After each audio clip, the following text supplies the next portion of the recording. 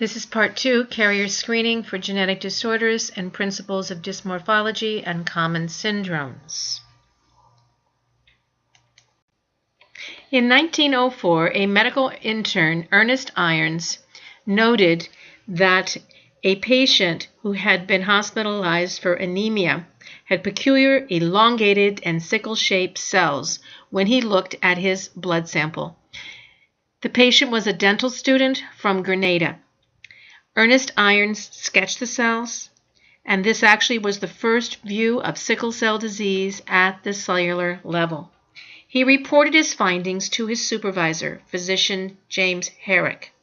Unfortunately for Ernest Irons, Herrick published the work without putting Irons' name in the work, and Herrick has been credited with this finding. It is also important to note that this disease was also noted in an African medical literature in the 1870s, and it was referred to as agbanjes, or children who come and go, referring to the fact that the children who had this disease died quickly.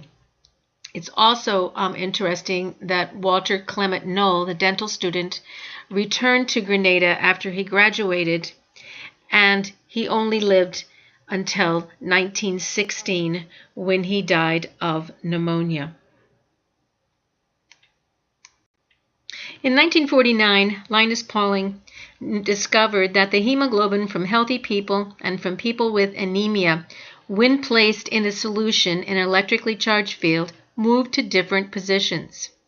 He also noted that the hemoglobin molecules from the parents of individuals with the anemia moved to both positions. The hemoglobin molecule is made up of 2 globular protein chains from the beta globin group and 2 from the alpha globin group. Each globin surrounds an iron-containing chemical group called a heme. And on this slide, you can see a picture of the hemoglobin molecule. Sickle cell anemia results from a single DNA base change in the beta globin gene, which replaces glutamic acid at the 6th position with valine. This, remember, is the first inherited illness linked to a molecular abnormality. If we look at this slide, we can see that the sickle cell disease results from a single DNA base change that substitutes one amino acid in the protein. Valine replaces glutamic acid, and this changes the surfaces of the hemoglobin molecules, and they aggregate into long curved rods that deform the red blood cell. And then you can see the sickle cells that one can find in the disorder. In sickle cell anemia, the aggregated hemoglobin molecules form rope-like cables that make red blood cells stick to each other and causes them to deform, and they then bend into rigid sickle shapes. The cells then lodge in narrow blood vessels, and they cut off the local blood supply. Once a blockage occurs, and sickling speeds up and spreads, and the oxygen level decreases. This results in great pain in the blocked body parts, the areas that are said to be ischemic, lacking oxygen, particularly the hands and feet and intestines. So what is the heterozygote advantage? Let's go back to this and just review it. I know it has been mentioned before, but natural selection would normally keep harmful alleles from becoming popular.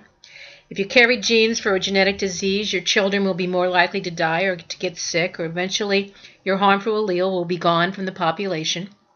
But if there's a heterozygote advantage, then carriers of the disease, people who are heterozygous with one normal allele and one for the disease, will be more likely to survive than people without the disease allele. Since the allele helps survival, it will spread throughout the population. This seems to be why some genetic diseases are very common. Now when we look at sickle cell fits into this category. In those countries where malaria is very common, the pathogen that causes the disease, Plasmodium, which has the vector of the Egypti mosquito causes the disease and spends part of its cycle in the red blood cells and triggers an abnormal drop in oxygen levels in the cell. In carriers for sickle cell, this drop is sufficient to trigger the full sickle cell reaction, which leads to infected cells being rapidly removed from circulation and strongly limiting the infection's progress. These individuals have a greater resistance to infection and have a greater chance of surviving outbreaks. However, those homozygous recessive individuals may survive malaria but will typically die of the complications of sickle cell anemia. Homozygous dominant individuals may die of malaria. Approximately 1 in 10 African Americans carries the gene for sickle cell anemia. Other conditions result from mutations in the beta globin gene. Dr. Thomas Cooley in 1925 described a severe anemia in Italian children, and in the decade following, others described a milder version of what was known as Cooley's anemia in Italian children. The disease was named thalassemia from the Greek for sea, in light of its high prevalence in the Mediterranean area. The two anemias turned out to be the same. The severe form, sometimes called thalassemia major, results from a homozygous mutation in the beta globin gene at a site other than the one that causes sickle cell disease. The milder form, called thalassemia minor, affects some individuals who are heterozygous for the mutation. Now, looking at this disease, it involves peculiar bone changes, and it also there's a severe anemia combined with massive hepatosplenomegaly and severe growth retardation. Please go to these two sites to view some videos on this condition. I also think it's of a historical significance that Dr. Cooley only used a monocular microscope, which was very old, a staining rack, and a rather small card file to conduct his research. If we look a little more at the pathophysiology of thalassemia, we see that really once researchers worked out the structure of the hemoglobin and learned the different globins function in the embryo and fetus, the molecular basis of thalassemia was understood. This is a common disease, as mentioned earlier, in the Mediterranean area, and the symptoms result from too few beta globin chains. Without these chains, there's not enough hemoglobin molecules assembled to effectively deliver oxygen to tissues. This results in fatigue and bone pain during the first year of life as the child depletes the fetal hemoglobin and the adult beta globin genes are not transcribed and translated on schedule as they should be. As the beta thalassemia progresses, due to too few beta globin chains, there's an excess of the alpha globin, and this prevents the formation of hemoglobin molecules. The liberated iron slowly damages heart, liver, and endocrine glands, and the patients need periodic blood transfusions to control the anemia. But this hastens the accumulation of iron and organ damage. So chelators are used to entrap the iron and extend the life of the individuals past early adulthood. Alpha thalassemia is caused by deletion of the alpha globin genes. Normally, 2 duplicated alpha globin genes are found in each copy of chromosome 16, with a total of 4 copies.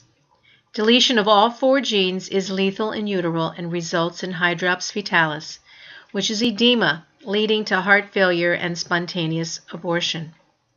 Deletion of 2 gene copies results in a clinically asymptomatic carrier.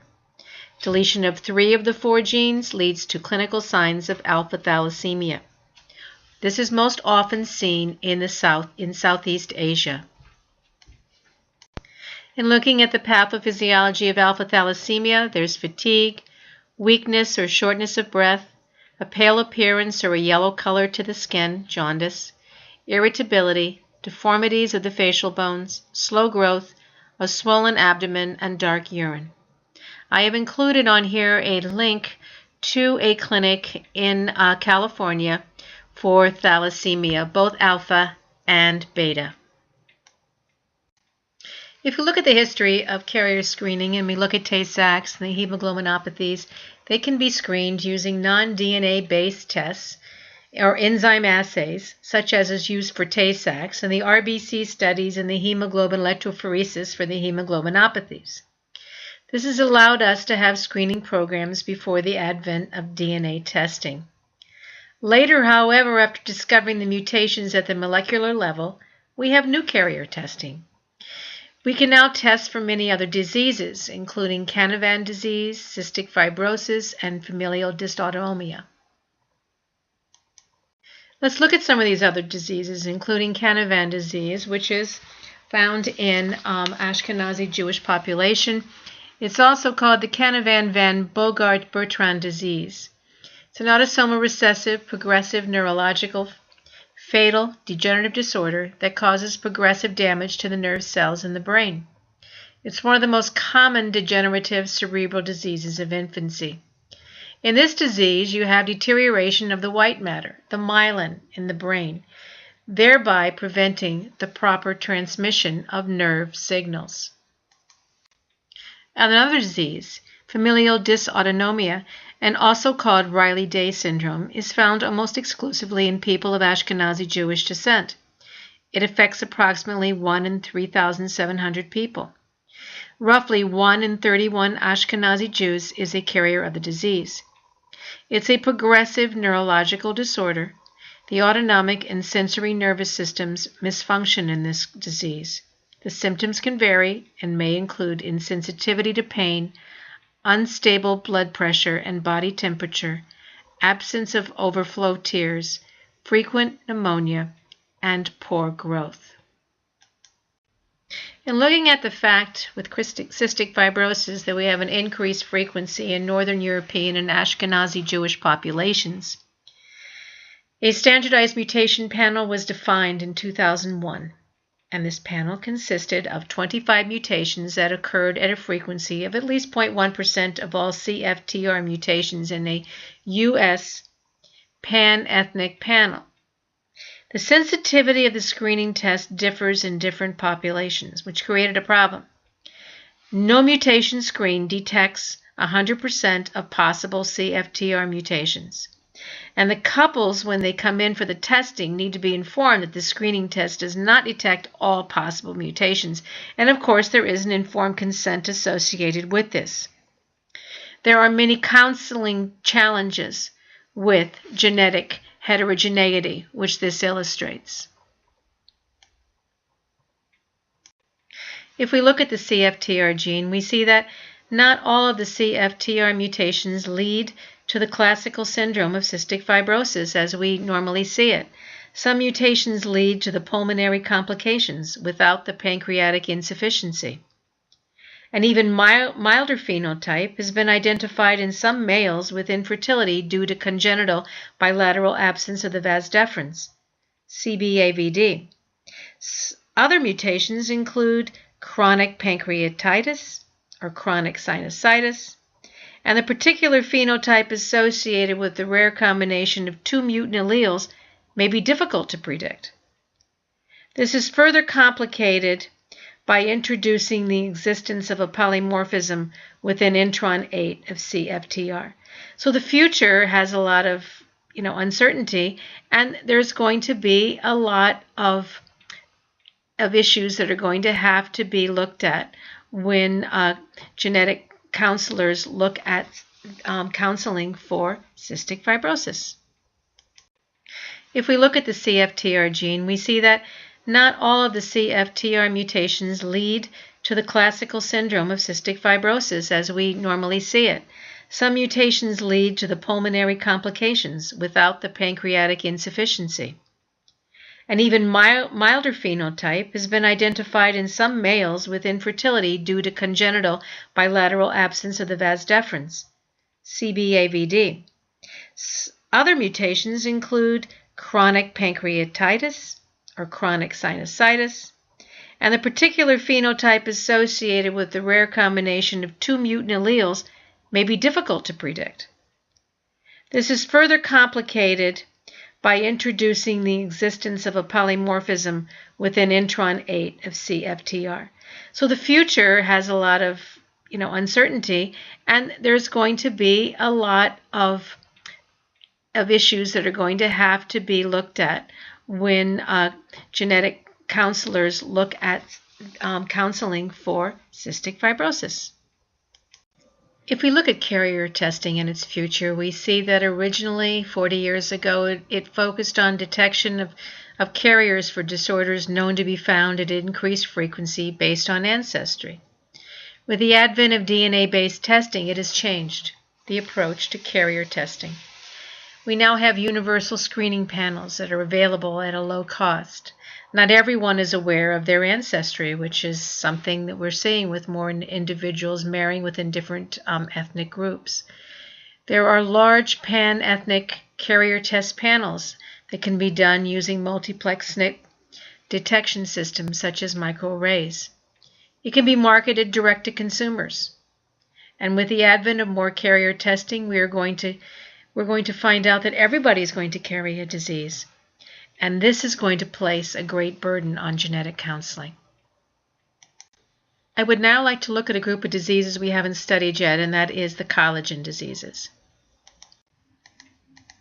The protein collagen is a major component of connective tissue, and it accounts for more than 60% of the protein in bone and cartilage, and it provides 50 to 90% of the dry weight of skin, ligaments, tendons, and the dentin of teeth. The genetic control of collagen synthesis and distribution is really quite complex. There are more than 35 collagen genes that encode more than 20 types of collagen molecules. Other genes affect collagen too.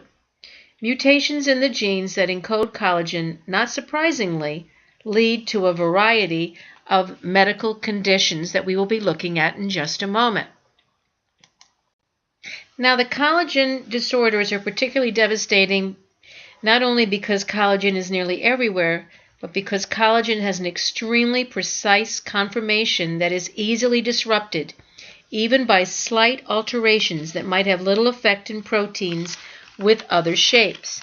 Now, if you take a look at this picture here showing you that collagen has this precise conformation, the alpha-1 collagen gene encodes the two blue polypeptide chains, and the alpha-2 procollagen gene encodes the third red chain.